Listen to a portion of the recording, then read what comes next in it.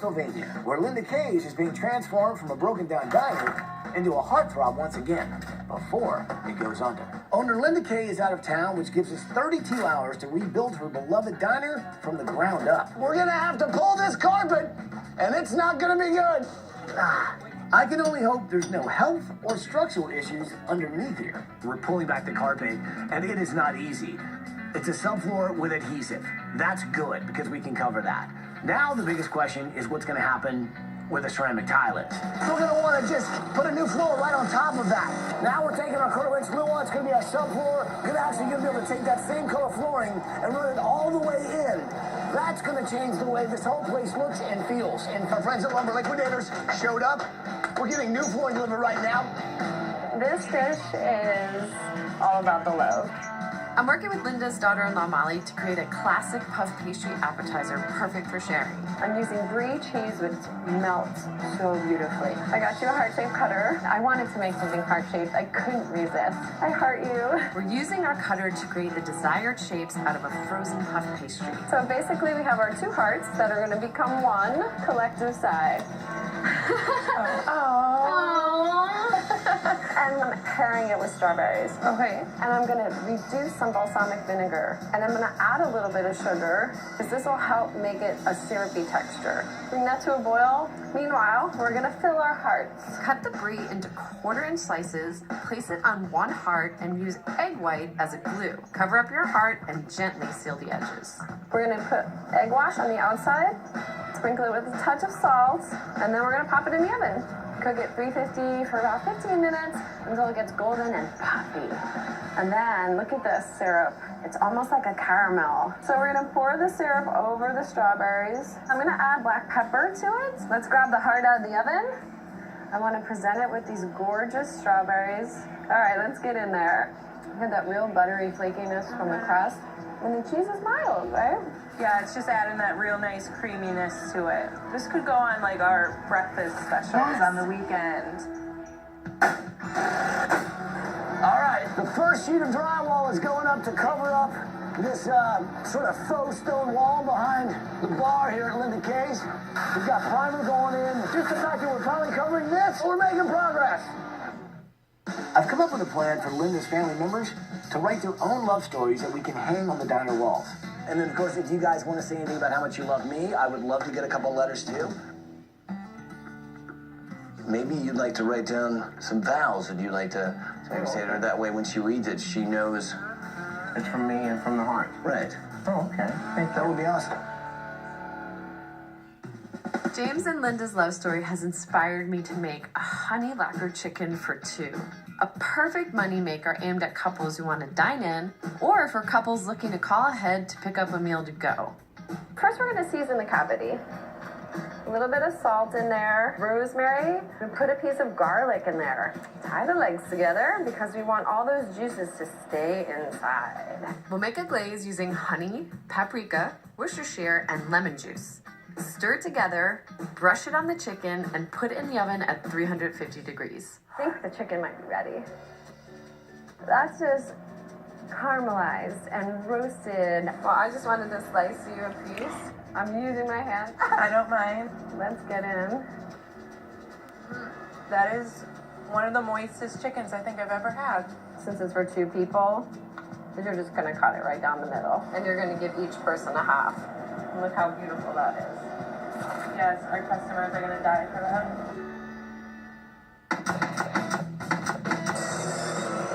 Hi. Yes, sir. I finished my vows. I said some of the things I wanted to say. That's awesome. Thank you. Yeah. What I'll do is I'll get all of them together and we'll start putting them on the wall. Hold on. I got a phone call. All right? Oh, it's Linda. Hello? I really just need to come home. Not too soon. Listen up. I'm here to get the lady of the house. That will warm your heart. I'm going to be there.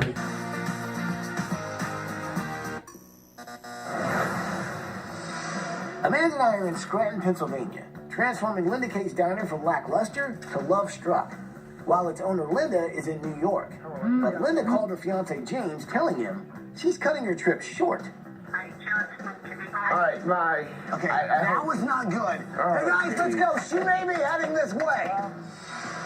Molly told me that the customers love her pasta dishes there. A good pasta dish is a profitable item for any successful menu. This dish in particular to me is something that can be shared. I thought making a dish for two that's baked pasta would be a great idea. You do some pastas, but pretty traditional stuff. So I wanted to just lighten it up a little bit. So we're just gonna put together the pesto. Okay. Go ahead and put in the garlic, basil, spinach, almonds. Using almonds will increase body. We'll pulse and blend, add olive oil, lemon juice, and cheese, and scoop into a bowl. This pasta is partially cooked because it will cook the rest of the way in the oven. So this is just Japanese breadcrumb, Parmesan cheese, a little bit of oil, and then we're gonna use a little bit of lemon zest. The zest adds a little zing. You just mix it together. We're just gonna add some pasta water. We'll add our pasta, dress it with pesto, mix it together, and add cherry tomatoes. Spoon it into a casserole dish, top with ricotta cheese and breadcrumbs, and put it in the oven. So that's ready when you see the golden brown breadcrumb there. Nice and crispy. Yeah. Ooh, look how beautiful that is. Yeah, I really like it. I think our customers would really enjoy it. We have 22 hours until Linda Kay returns. The Marsala colored paint is on the walls. The espresso countertops are in place, and the new flooring is going in. I'm loving how it's looking. Loving it. It's really, really, really coming together. Hey guys! Hey! I know you're busy, but Wow, what is this? I'm super psyched about this dish. It's a baked pasta for two. It's nice and hot and hearty and Oh, wow, that's awesome. This is delicious. do you like it? Yeah, I love it. What do you guys think so far? Like, what's happening? I'm loving everything you've done so far. And with the excitement, it's made me come to another decision. And that decision is, I want you guys to be here and help us put off a wedding tomorrow. On the big reveal day? In the diner. In the diner. I'm dead serious. Oh my god, that's Ah.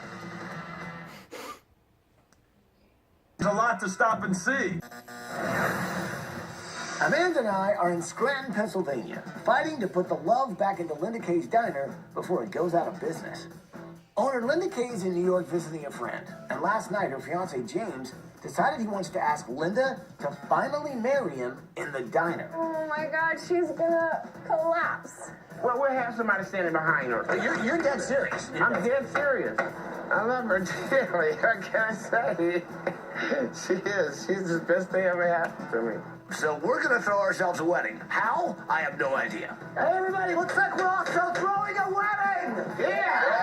Yeah! The pressure is on. We have 2 hours before Linda returns, and in the spirit of a possible wedding, we're using church pews to create a new customer waiting area. James is out shopping for a wedding ring with his friend Tiffany, while we put the finishing touches on Linda Kay's. The new sign is being installed out front, the new bar stools are in, our love porn wallpaper is going up, and Amanda's in the kitchen with Molly, adding a special new dish to the menu. I don't have time to make a proper wedding cake, so I'm creating a Pennsylvania staple. Whoopie pie. A great way to make more money at any restaurant, especially a diner, is to have a selection of desserts. We'll make ours red velvet for love, and we'll add it to the menu to increase dessert selections. We'll make a basic cake batter by mixing butter, sugar, and brown sugar in a bowl. In a